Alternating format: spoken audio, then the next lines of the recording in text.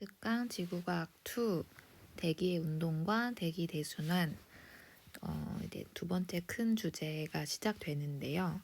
이 대기의 운동과 대기 대순환이라는 단원에서는 자 봅시다.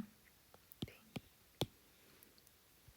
자, 이 대기의 운동이라는 것이 하나의 큰 주제고 또 대기 대순환이라는 것이 또 하나의 큰 주제예요. 따라서 먼저 대기의 운동을 공부를 하고 그 다음에 이 대기 운동으로 인해서 발생하는 대기 대순환 이런 것들에 대해서 공부를 하게 될 텐데 언제나 공부를 시작하기 전에 교육과정에서 요구하는 성취 기준과 평가 기준을 확인해 봅시다.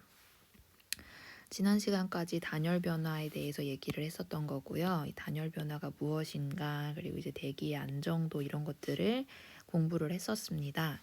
그리고 이제 두 번째 넘어와서 오늘부터 할 것은 이거예요. 정력학 평형을 이용하여 대기압의 연직 분포 및 대기를 움직이는 힘을 정량적으로 설명할 수 있다. 여기서 포인트를 잡자면 정량적이라는 단어를 잡아볼 거예요. 이 정력학 평형은 해수의 운동에서도 한번 공부를 했었고요. 따라서 같은 원리로 적용이 되기 때문에 복습한다는 느낌도 받을 수 있습니다. 여기서도 정량적으로 설명할 수 있다라고 했으면 우리는 반드시 계산을 시킬 예정인가 보다 하고 예상을 할 수 있어요. 정력학 평형이 연직 기압 경도력과 중력의 평형임을 설명할 수 있고 그리고 이것은 이제 해수에서도 동일했죠. 연직 수압 경도력과 중력의 평형이었습니다. 그리고 대기를 움직이는 힘의 종류 이것이 매우 중요한데요. 기압 경도력, 전향력, 구심력 그리고 마찰력을 정량적으로 여기서도 또 정량적으로라는 말이 나오죠. 설명할 수 있어야 됩니다. 두 번째, 이 힘들이 복합적으로 작용하게 되면 여러 가지 형태의 바람을 만들어냅니다. 이 여러 가지 형태의 바람 첫 번째가 직윤풍, 그리고 두 번째 경도풍, 그리고 세 번째 지상풍. 이 세 가지의 발생 원리를 비교하여 설명할 수 있다고 했죠. 마찬가지로 여기서도 정량적으로 이해를 해봤기 때문에 이 정량적인 원리를 가지고 정량적인 원리라고 하기보다는 그냥 물리학적인 원리를 설명할 수 있으면 돼요. 자, 직윤풍, 경도풍, 지상풍의 발생 원리를 뭐랑 연관지어서 설명하라고 했냐면 힘의 평형과 관련지어서 설명하라고 했습니다. 위에서 힘의 종류가 4개가 나왔죠. 기압 경도력, 전향력, 구심력, 마찰력. 이것이 여기에 그대로 적용되는 원리입니다. 그러니까 앞에서 차근차근 공부를 해야 뒤에 것까지 알 수가 있어요. 자, 요거 두 개가 대기의 운동에 관한 단원이고요. 자, 요거 두 개가 대기의 운동에 관한 내용이고 요 뒤에 두 개가 대기의 대순환에 관한 내용이므로 오늘은 요거 두 개만 집중해서 얘기를 해보도록 하겠습니다. 자, 돌아와서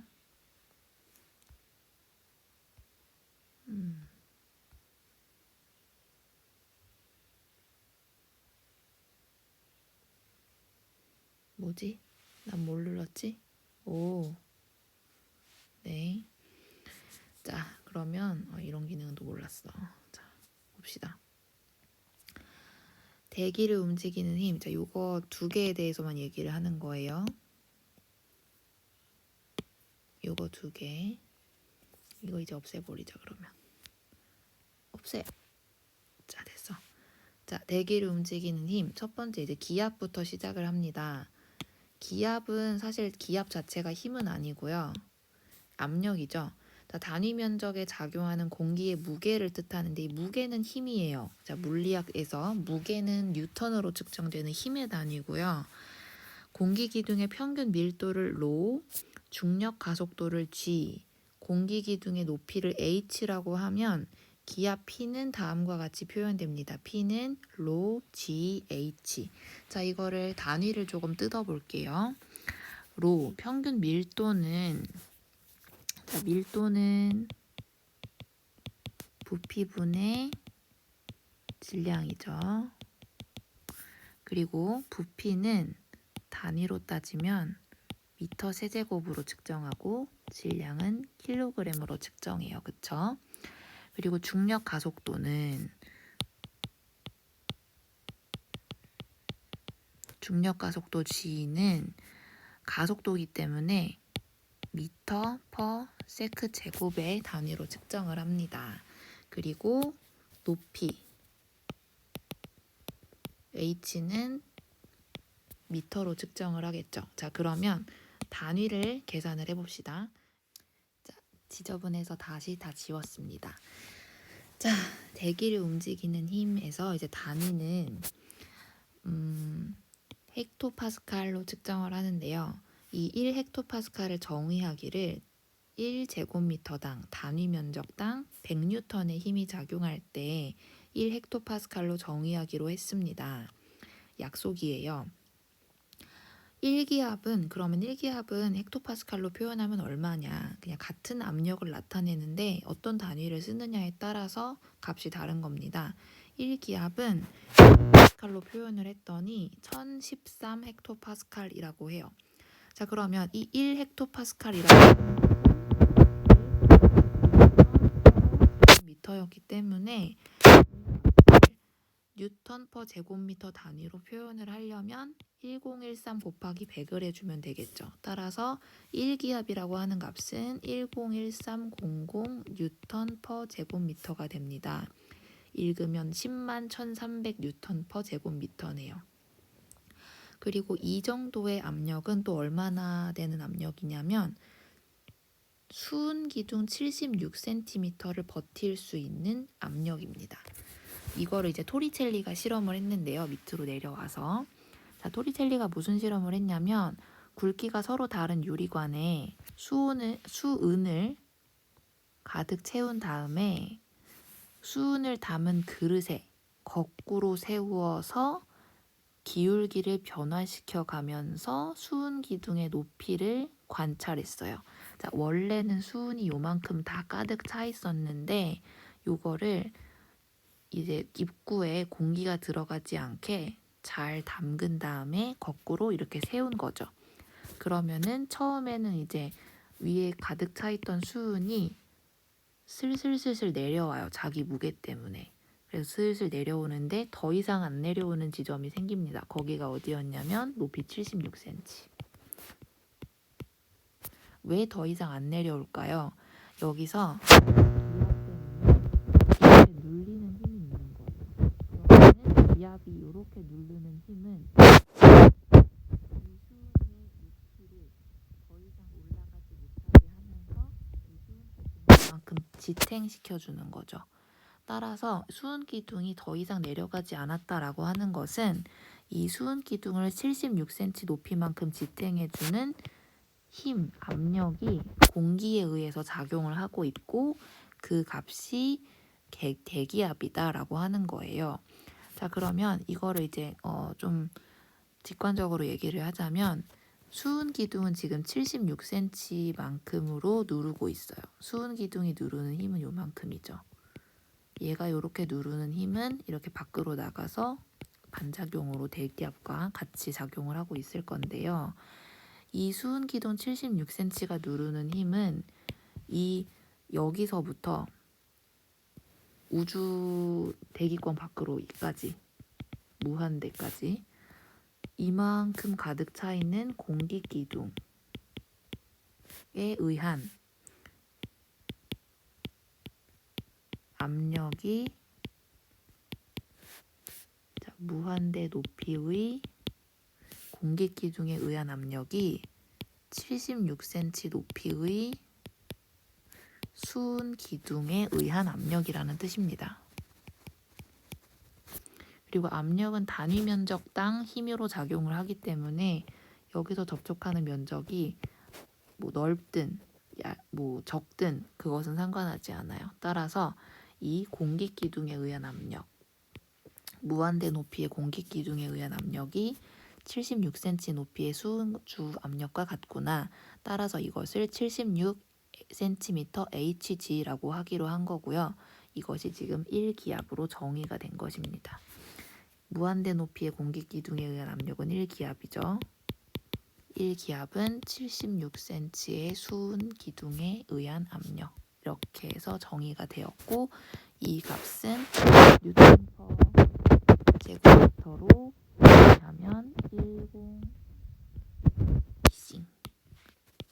1013 곱하기 100 뉴턴 퍼 제곱미터고 헥토파스칼로 표현하면 1013 헥토파스칼이 되는 겁니다. 이것이 대기압의 크기예요.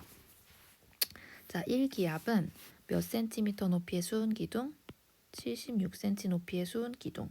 그리고 이것은 1013 헥토파스칼에다가 100을 곱한 값이랑 같죠. 1013 헥토파스칼.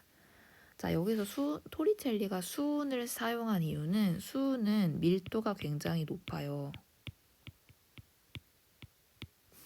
공기기둥을 무한대 높이에 의한 공기기둥을 이렇게 지금 이거에 의한 압력을 재려고 하는데 밀도가 굉장히 높은 물질을 써야지만 높이를 이제 좀 76cm 정도에서 해결할 수가 있지, 밀도가 너무 작은 물질, 예를 들어 물 같은 걸 쓰잖아요.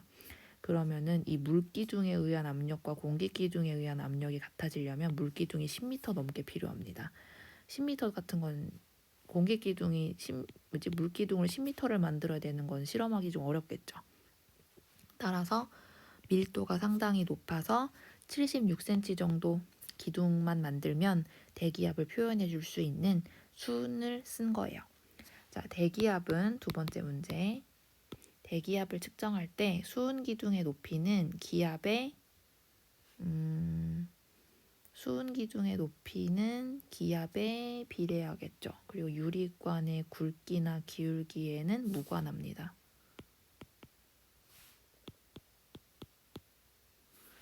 답이 맞나? 맞네. 오, 기압 경도력의 크기는 기압 경도력 아직 얘기 안 했네. 자, 일단 쓰면요. 기압 경도력의 크기는 두 지점 사이의 기압 차에 비례하고 거리에 반비례 합니다. 이것은 또 무슨 뜻이냐? 얘기를 해봅시다. 맞지? 자, 기압 경도력은 수압 경도력이랑 마찬가지로 어떤 특정 지역에서 기압의 차이가 있으면 두 지점 사이에서 기압이 높은 곳에서 기압이 낮은 곳으로 공기가 흐르고자 하는 속성이 있어요. 이때 얼마나 강하게 흐르고자 하느냐, 기압차가 높으면 높을수록, 기압 차이가 크면 클수록 더 빠르고 강하게 흐르고 싶겠죠. 따라서 이 기압 경도력은 두 지점 사이의 기압 차이에 의해 생기는 힘으로 바람을 일으키는 근원적인 힘이다 라고 했습니다. 바람을 일으키는 근원적인 힘이다 라는 뜻은 바람은 기본적으로 왜 생긴다? 두 지점 사이에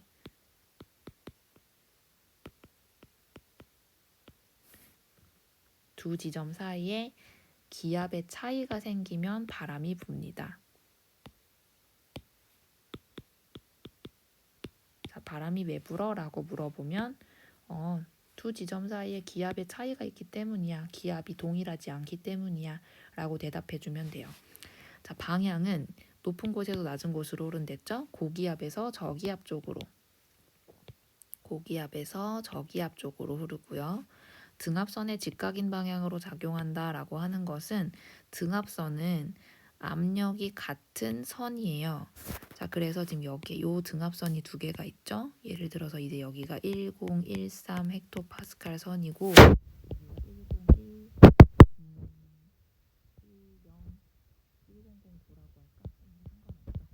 1010 헥토파스칼이라고 합시다. 그러면 이 지점들은 다 1013 헥토파스칼이고 이 지점들은 다 1010 헥토파스칼이에요. 그러면 이 지점에서 이 지점으로 가고 싶을 때 우리는 두 선을 이어주는 가장 최단 거리는 수선이라는 걸 알고 있죠. 따라서 등압선의 직각으로 불게 됩니다. 수학적인 원리겠죠. 자, 크기, 기압의 크기가 각각 P 그리고 P 플러스 델타 P인 경우에 두 등압선이 거리 L만큼 떨어져 있다고 하네요. 어머머머머, 나 뭐 했어? 자, 거리 L만큼 떨어져 있다고 하네. 다시 자, 빨간색으로 빨간색, 그렇지? 좀 더 얇게. 오케이. 자, 여기가 지금 P 플러스 델타 P고요. 높죠? 여기가 지금 P입니다. 그냥 P. 자, 그러면 두 등압선이 지금 거리 L만큼 떨어져 있어요. 자, 면적이 S. 요 면적이 S고 A면과 B면이 있고요. 여기에 작용하는 힘은 각각 P 플러스 델타 P 곱하기 S, P 곱하기 S입니다. 왜냐하면 힘은 압력 곱하기 면적이니까요. 다시 말해서 압력은 면적당 힘이니까, 압력은 힘 나누기 면적이었으니까, 압력은 면적분의 힘이었으니까 다 똑같은 말이죠. 따라서 이 A면에 작용하는 힘은 FA라고 할게요. P 플러스 델타 P의 면적은 S입니다. 그리고 이쪽에서 작용하는 힘 FB는 P 곱하기 S예요. 자, 그러면 두 힘의 차이가 생기겠죠? 두 힘의 차이 F-FB를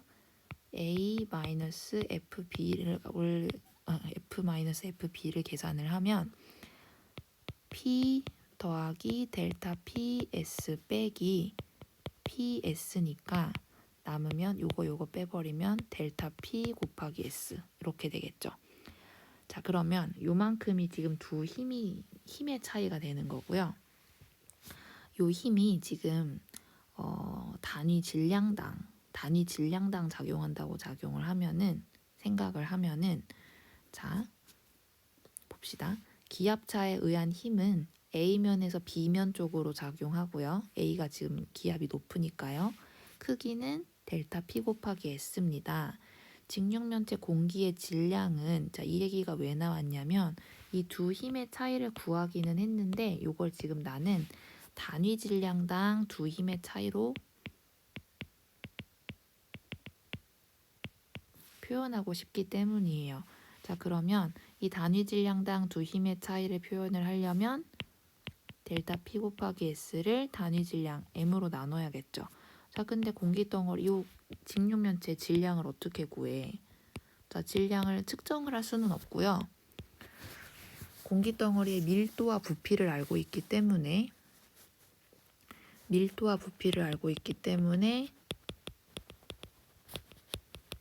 질량을 추정할 수 있어요. 자, 밀도는 부피분의 질량이죠. 그러면 질량은 밀도 곱하기 부피겠죠. 자, 밀도가 로고 부피가 V라고 해봐. 그러면 로 V네요. 근데 V는 알 수 있어요. 로는 알고 있고요. V는 면적이 S인 밑면 그리고 높이가 델타 L이네요. 이게 지금 공기덩어리의 질량인 거야. 자, 그러면 이거를 가지고 옵시다. M은 로 곱하기, 자, 이렇게 가지고 온 거예요. 로 곱하기 S 델타 L 그리고 델타 P S. S 사라지네. 그러면 단위 질량당 두 힘, 단위 질량당 기압 경도력 pH는 로분의 1 그리고 델타 P 델타 L이 됩니다. 자, 여기서 알 수 있는 것은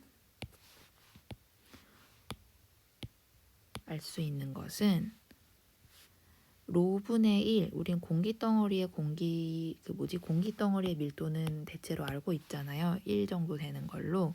그러면 이 기압 경도력의 크기는 기압 차에는 비례하고 두 지점 사이의 거리에는 반비례한다는 것을 알 수가 있죠. 자, 따라서 이 기압 경도력 pH는 정의를 했을 때 단위 질량당 힘의 차이, 자, 단위 질량당 기압 경도력. 자, 아니, 단위 질량당 기압 경도력이라고 하면 안 되지. 단위 질량당 작용하는 기압차에 의한 힘, 기압 경도력은 기압 차에 비례하고 거리에 반비례한다라고 정리할 수가 있죠.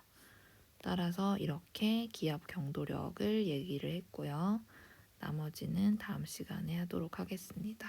끝.